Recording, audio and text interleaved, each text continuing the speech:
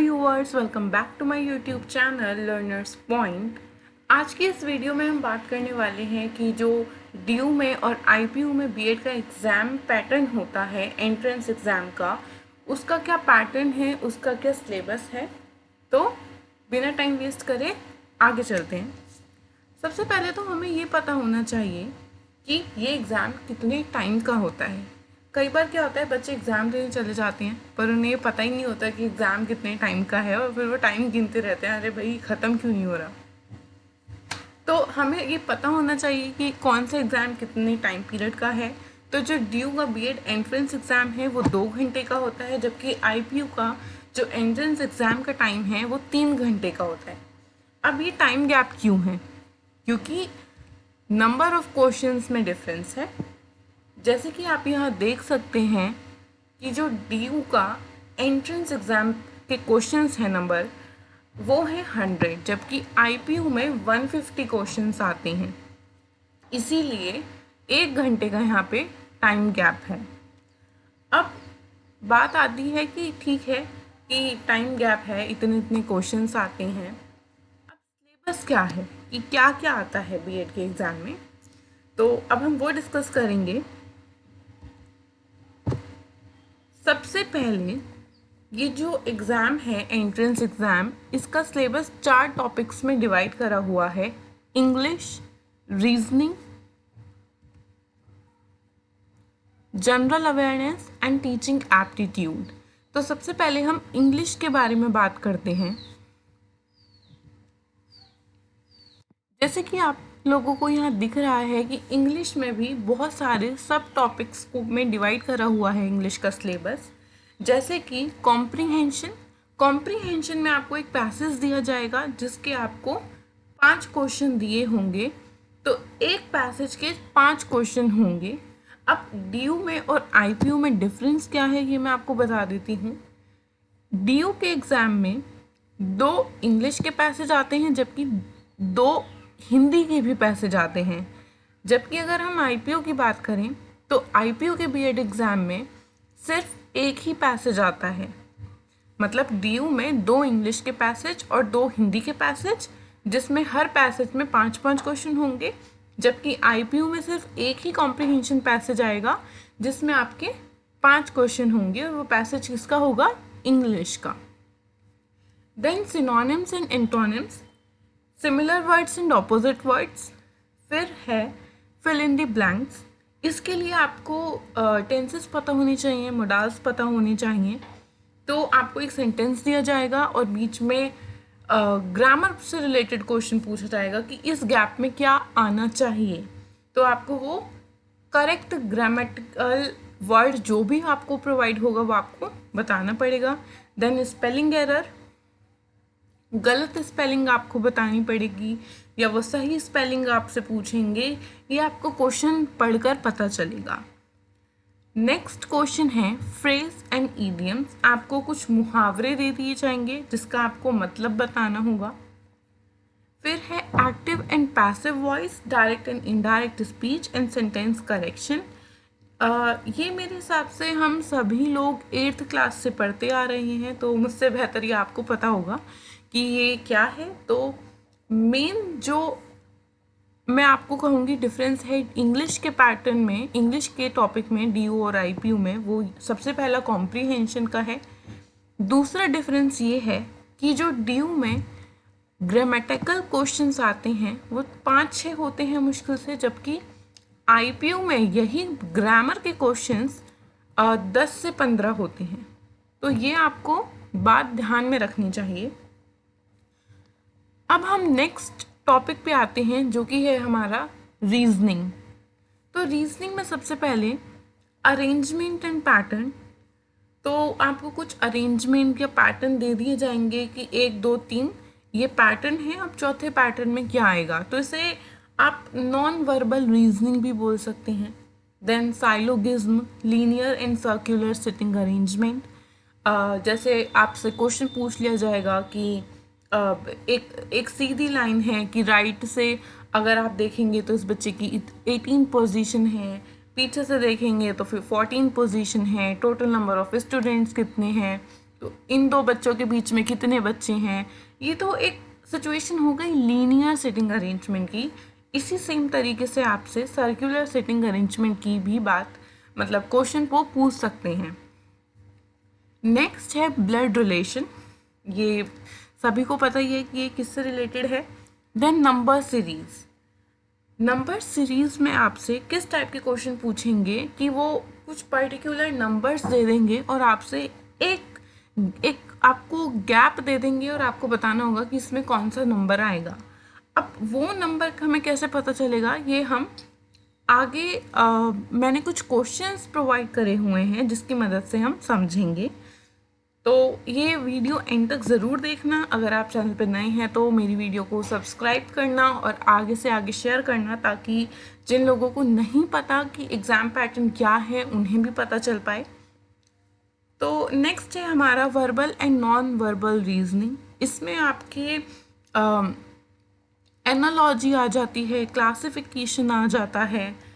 तो वर्बल और non verbal आपको कुछ कोड दे दिए जाएंगे। कोडिंग एंड डिकोडिंग भी इसी से रिलेटेड है। बहुत सिंपल है रीजनिंग के क्वेश्चंस। अगर आप मतलब 15-20 दिन भी कर लेंगे ना तो आप बहुत इजीली इन क्वेश्चंस को सॉल्व कर पाएंगे एग्ज़ाम के लिए। तो अब यहाँ पे डिफरेंस की क्या बात है, डिफरेंस ये है कि ड्यू में जो रीजनिंग के क्वेश्चन हैं वो कम आते हैं, जबकि आईपीयू में रीजनिंग के क्वेश्चन बहुत सारे आते हैं। हम नंबर ऑफ क्वेश्चंस पे भी आगे चल के बात करेंगे, पहले सिलेबस की बात कर लेते हैं। तो ऑलमोस्ट ड्यू और आईपीयू का सिलेबस इंग्लिश और रीजनिंग का सेम है। अब आगे चलते हैं।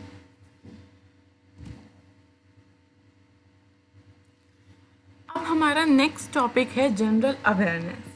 जनरल अवेयरनेस में सबसे पहले आपसे करंट अफेयर्स पूछेंगे। तो करंट अफेयर्स के लिए आप लोगों का न्यूज़पेपर पढ़ना बहुत ज़रूरी है, क्योंकि न्यूज़पेपर से हमें सारे करंट अफेयर्स के बारे में पता चल जाती हैं, चाहे वो ज्योग्राफी के हों, हिस्ट्री के हों और बाकी टॉपिक्स पे हों, साइंस पे हो। इसके अलावा अब एक बात और आती है कि इन टॉपिक्स का अगर किसी को बेस ही नहीं पता तो वो न्यूज़पेपर को कैसे समझेगा।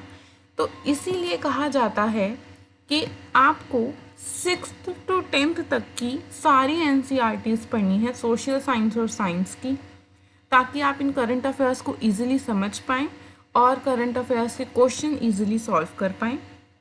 नेक्स्ट टॉपिक जो है जनरल अवेयरनेस का वो है बुक एंड ऑथर नेम। आपसे कोई भी किताब पूछ लेंगे कि ये किसने लिखी है, या कभी ऑथर का नाम पूछ लेंगे कि इस ऑथर ने कौन सी बुक लिखी है, तो ये आपको पता होना चाहिए।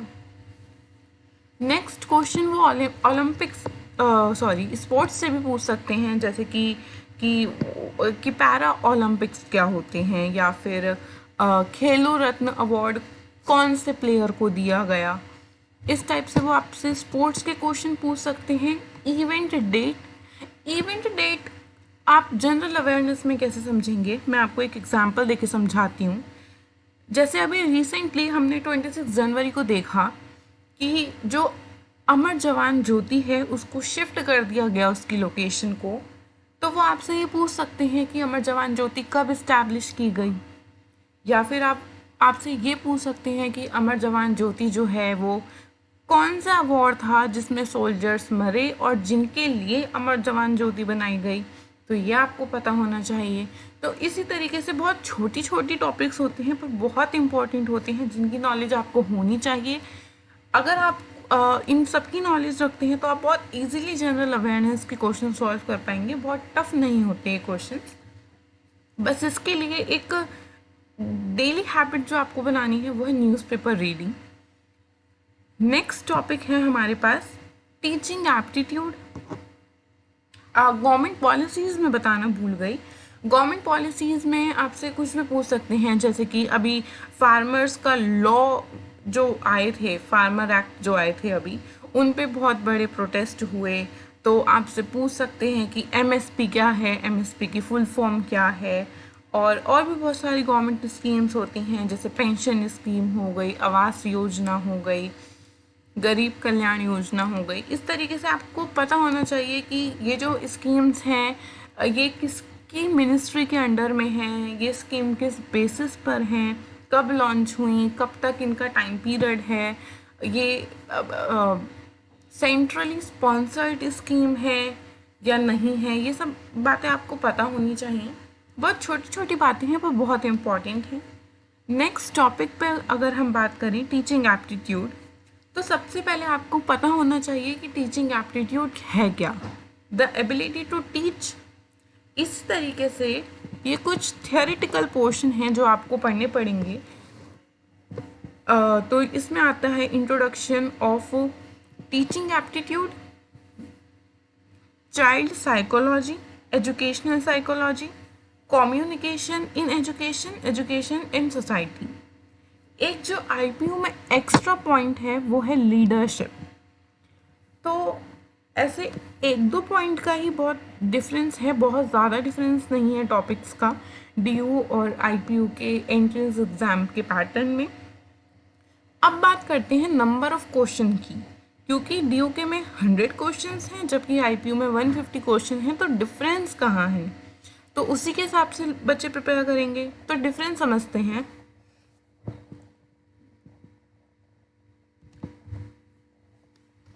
सबसे पहला डिफरेंस मैं आपको बता चुकी हूँ कि डीयू के एग्ज़ाम में आपको 2 क्वेश्चन पूछे जाएंगे इंग्लिश पैसेज के, 2 पैसेज आएंगे आपको इंग्लिश के और 2 पैसेज आएंगे आपको हिंदी के।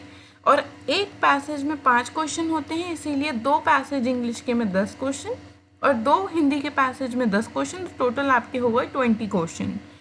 प्लस इसमें ग्रामर से रिलेटेड 4-5 क्वेश्चन पूछ सकते हैं, ये कम भी हो सकते हैं, ज़्यादा भी हो सकते हैं, कुछ एग्जैक्ट नहीं है, सब कुछ ही अप्रॉक्स के मुताबिक लिखा हुआ है, जो कि मैंने प्रीवियस ईयर क्वेश्चन से मैंने जो भी एनालाइज करा मैंने यहाँ पे वो लिखा है। फिर बात करें आईपीयू की, तो आईपीयू में सिर्फ इंग्लिश का एक ही पैसेज आता है जिसके 5 क्वेश्चन होते हैं और 10 से 15 क्वेश्चन आपके इसमें ग्रामर से रिलेटेड होती हैं। तो ग्रामर आईपीयू के एग्ज़ाम में ज़्यादा आती है और डीयू के में कम आती है। नेक्स्ट अगर हम बात करें रीजनिंग की, तो रीजनिंग डीयू के एंट्रेंस में सिर्फ रीजनिंग के 20 क्वेश्चन आते हैं जबकि आईपीयू में 60 क्वेश्चन आते हैं। तो अगर कोई रीजनिंग बिल्कुल नहीं करके गया तो डीयू के एग्ज़ाम में तो वो थोड़ा बहुत कर लेगा, पर आईपीयू के एग्ज़ाम में उसका क्या होगा। रीजनिंग बहुत सिंपल टॉपिक है, अगर कोई बच्चा मतलब 1 महीना भी करे तो उसका बहुत आराम से हो और वो बहुत अच्छे स्कोर के साथ अच्छे कॉलेज में एडमिशन ले सकता है। अब बात करें अगर हम जनरल अवेयरनेस की, तो आप यहाँ देख सकते हैं कि डीयू के एग्ज़ाम में 55 क्वेश्चंस हैं जबकि आईपीयू में 30 क्वेश्चंस हैं। ये एक बहुत बड़ा मेजर डिफरेंस है इन दोनों यूनिवर्सिटी के एंट्रेंस एग्ज़ाम में। अब ये सब्जेक्ट नॉलेज जो मैंने लिखा है यहाँ पे 40 क्वेश्चन जिससे रिलेटेड हैं, वो जो आपके बेसिक कॉन्सेप्ट्स हैं जो 6 से लेके 10th तक की बुक में हैं, चाहे वो साइंस के हों सोशल साइंस के हो, तो ये आपको पता होने चाहिए क्योंकि बहुत जनरल टॉपिक्स होते हैं। अगर आप थोड़ी भी मेहनत करेंगे तो ये 40 क्वेश्चन के 40 क्वेश्चन आप कर सकते हैं, इसमें से एक भी क्वेश्चन नहीं छूटेगा क्योंकि जो भी वो पूछते हैं ऑलमोस्ट सब कुछ ही एनसीईआरटी से रिलेटेड होता है। तो अगर कोई बच्चा एनसीईआरटी 6 से लेके 10th तक की भी पढ़ता है तो वो बहुत इजीली इन सब्जेक्ट नॉलेज के क्वेश्चंस को सॉल्व कर सकता है। अब करंट अफेयर्स के कितने क्वेश्चन आते हैं डीयू के एग्ज़ाम में? 10 से 15। अब बात करें आईपीयू की, तो आईपीयू में सब्जेक्ट नॉलेज से बहुत ज़्यादा क्वेश्चन नहीं आते, कुछ 10-15 क्वेश्चन आते हैं और 10-15 क्वेश्चन ही करंट अफेयर्स के आते हैं। तो अगर हम ओवरऑल देखें तो रीजनिंग आईपीयू पेपर के पर्सपेक्टिव से बहुत इम्पॉर्टेंट है और जनरल अवेयरनेस डीयू के पेपर से बहुत इम्पॉर्टेंट है। अब बात करें टीचिंग एप्टीट्यूड की, बहुत से बच्चे इग्नोर कर देते हैं टीचिंग एप्टीट्यूड को कि 5-6 क्वेश्चन आने हैं, क्या ही करना इतना पढ़ के, पर 5-6 नंबर से ही आपको अच्छा कॉलेज मिल सकता है और 5-6 नंबर से ही आप एग्ज़ाम में रह सकते हो। तो ये छोड़ के नहीं जाना, करके सब कुछ जाना है, पढ़ना है सारा। डीयू में 5-6 क्वेश्चन ही आते हैं टीचिंग एप्टीट्यूड के, जबकि आईपीयू के पेपर में एक पर्टिकुलर सेशन होता है टीचिंग एप्टीट्यूड का जिससे आपके 30 से 40 क्वेश्चन आते हैं। तो आईपीयू पेपर से ये बहुत इम्पॉर्टेंट हो जाता है। अगर आप आईपीयू पेपर के लिए के लिए तैयार कर रहे हैं तो रीजनिंग और टीचिंग एप्टीट्यूड पे बहुत ज़्यादा ध्यान देना है। अगर आप डीयू के लिए प्रिपेयर कर रहे हैं तो आपको रीजनिंग और जनरल अवेयरनेस पे बहुत ध्यान देना है। तो ये क्लियर है, आगे चलते हैं। मैंने कुछ सैम्पल क्वेश्चंस यहाँ पर प्रोवाइड करे हुए हैं ताकि आपको एक आइडिया हो जाए कि किस टाइप से क्वेश्चन आते हैं। जैसे कि ये इंग्लिश के टॉपिक से रिलेटेड क्वेश्चन है, स्पेलिंग एरर का। तो इसमें हमें बताना है कि गलत स्पेलिंग कौन सी है। तो इसके लिए वोकैब अच्छी होनी चाहिए। अगेन न्यूज़पेपर रीडिंग अगर आप रोज करेंगे तो आपकी वोकैब अच्छी हो जाएगी और आप ऐसे वाले क्वेश्चन को बहुत इजीली ट्रैक कर पाएंगे। नेक्स्ट है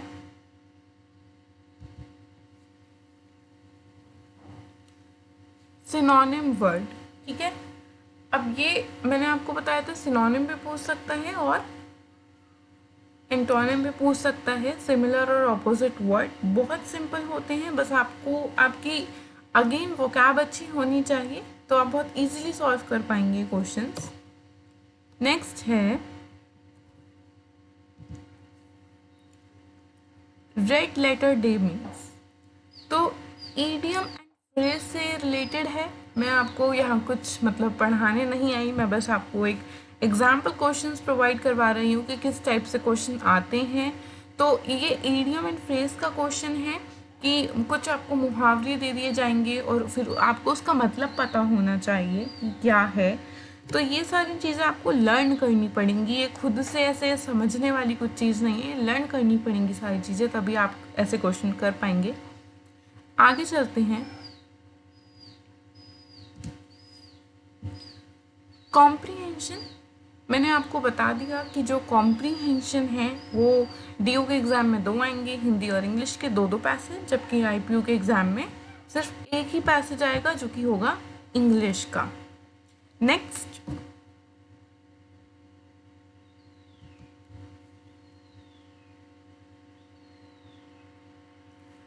नेक्स्ट है हमारे पास मिसिंग वर्ड। मैंने आपको नंबर सीरीज बताया था रीजनिंग में, तो इनका कुछ पर्टिकुलर पैटर्न होता है, कुछ एडिशन का या सब्सट्रैक्शन का या मल्टीप्लिकेशन का या डिवीज़न का, ऐसे करके कुछ पैटर्न होता है जिससे आप अगर आइडेंटिफाई करेंगे तो आपको वो पैटर्न मिलेगा और उस पैटर्न की वजह से आप ये क्वेश्चन मार्क का नंबर आइडेंटिफाई कर सकते हैं।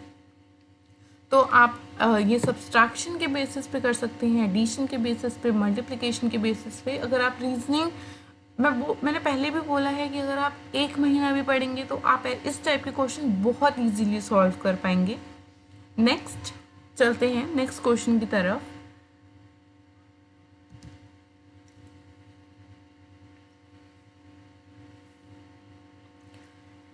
ये क्वेश्चन सिटिंग अरेंजमेंट से रिलेटेड है, सर्क्यूलर सिटिंग अरेंजमेंट से, कि 5 फ्रेंड एक सर्कल में बैठे हैं ABCDE।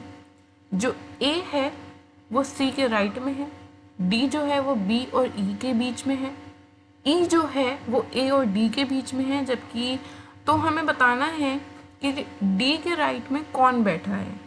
तो बहुत सिंपल क्वेश्चन होते हैं ये, प्रैक्टिस के साथ इन्हें करना बहुत इजी हो जाता है।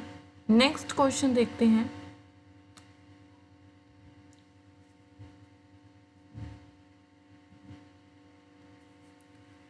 नेक्स्ट क्वेश्चन हमारे पास है फाइंड ऑड वन।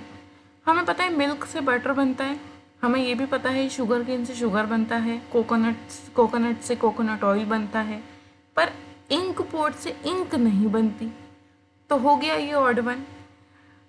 बहुत ये मेंटल एबिलिटी के क्वेश्चंस होते हैं, अगर आप थोड़ा भी दिमाग लगाएंगे तो बहुत इजीली इन्हें डिकोड कर पाएंगे। नेक्स्ट है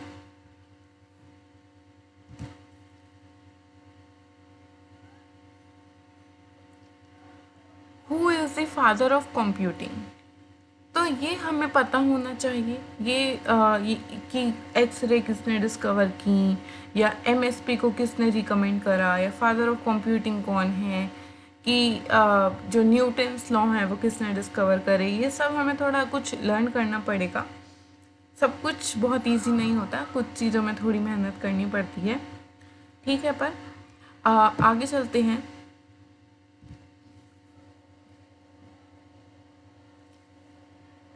नेक्स्ट क्वेश्चन है ऑड वर्ड आउट। अगेन बहुत सिंपल क्वेश्चन है। दिल्ली कैपिटल है, शिमला कैपिटल है, चंडीगढ़ कैपिटल है, हरियाणा और पंजाब के आपको पता होगा। छत्तीसगढ़ जबकि स्टेट है, छत्तीसगढ़ कैपिटल नहीं है। तो बहुत सिंपल क्वेश्चन है, थोड़ा सा दिमाग लगाइए और क्वेश्चन सॉल्व। नेक्स्ट है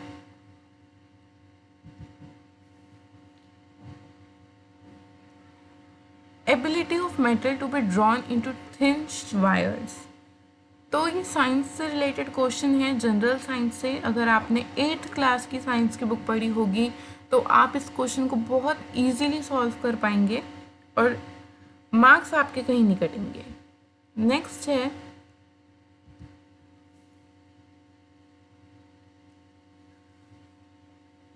who is the chairman of ISRO. तो ये हमें पता होना चाहिए। ये हमें कैसे पता चलेगा? न्यूज़पेपर, करंट अफेयर्स से। ठीक है,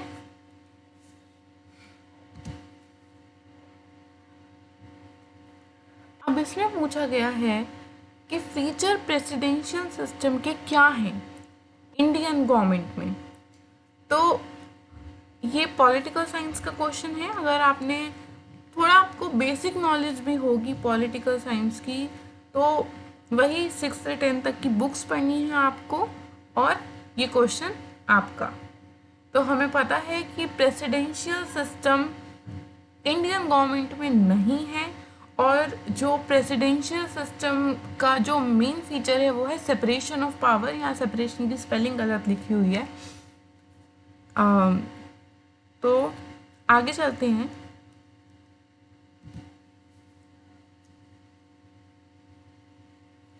ये क्वेश्चन आपका टीचिंग एप्टीट्यूड से रिलेटेड है कि कम्युनिकेशन का क्या रोल होता है। तो यहाँ पे आपको 4 स्टेटमेंट दी हुई हैं कि कम्युनिकेटर के पास कौन सी ऐसी एक बहुत प्राइम एबिलिटी होनी चाहिए। तो इस वजह से अगर आप थोड़ा बहुत भी टीचिंग एप्टीट्यूड का ऊपर से भी पढ़ेंगे तो आप बहुत इजीली सॉल्व कर पाएंगे, क्योंकि टीचिंग एप्टीट्यूड के जो क्वेश्चंस होते हैं वो बहुत सिंपल होते हैं। नेक्स्ट क्वेश्चन अगर हम देखें,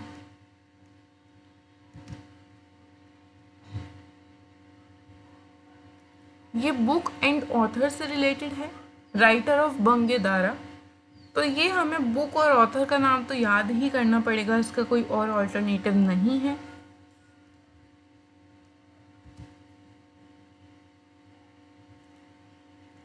नेक्स्ट हमसे पूछा गया है एप्रोप्रिएट मीनिंग ऑफ लर्निंग। तो टीचिंग एप्टीट्यूड का क्वेश्चन है कि अगर आपको सही मतलब पता होगा लर्निंग का, कैसे पता चलेगा? थियोरी पढ़ के, है ना। तो आप बहुत इजीली इस क्वेश्चन को भी सॉल्व कर पाएंगे। बहुत टफ क्वेश्चन नहीं आते हैं, मैं बार बार बोल रही हूँ। टीचिंग एप्टीट्यूड को बिल्कुल भी नहीं छोड़ के जाना है। थोड़ा भी आप अगर आधा घंटा भी रोज़ पढ़ेंगे तो बहुत इजीली टीचिंग एप्टीट्यूड के क्वेश्चन सॉल्व हो जाएंगे। नेक्स्ट क्वेश्चन पूछा गया है prime quality of a good teacher. तो again very simple question, right. तो मैं समझती हूँ कि अब आपको जो भी इन एंट्रेंस बीएड एंट्रेंस एग्ज़ाम से रिलेटेड क्वेश्चन थे वो सभी सॉल्व हो गए होंगे। जो भी मैं नॉलेज आपको प्रोवाइड करवा सकती थी मैंने आपको वो प्रोवाइड करवा दी। अगर आप ऐसी ही वीडियो को आगे भी इस टाइम पे देखना चाहते हैं जो आपको लर्निंग में मदद कर सके, चीज़ें समझने में मदद कर सके, तो चैनल को सब्सक्राइब ज़रूर करना है और ये आगे से आगे लोगों को फॉरवर्ड भी करनी है वीडियो, ताकि जिन लोगों को नहीं मालूम उनको पता चल पाए। And thank you for watching.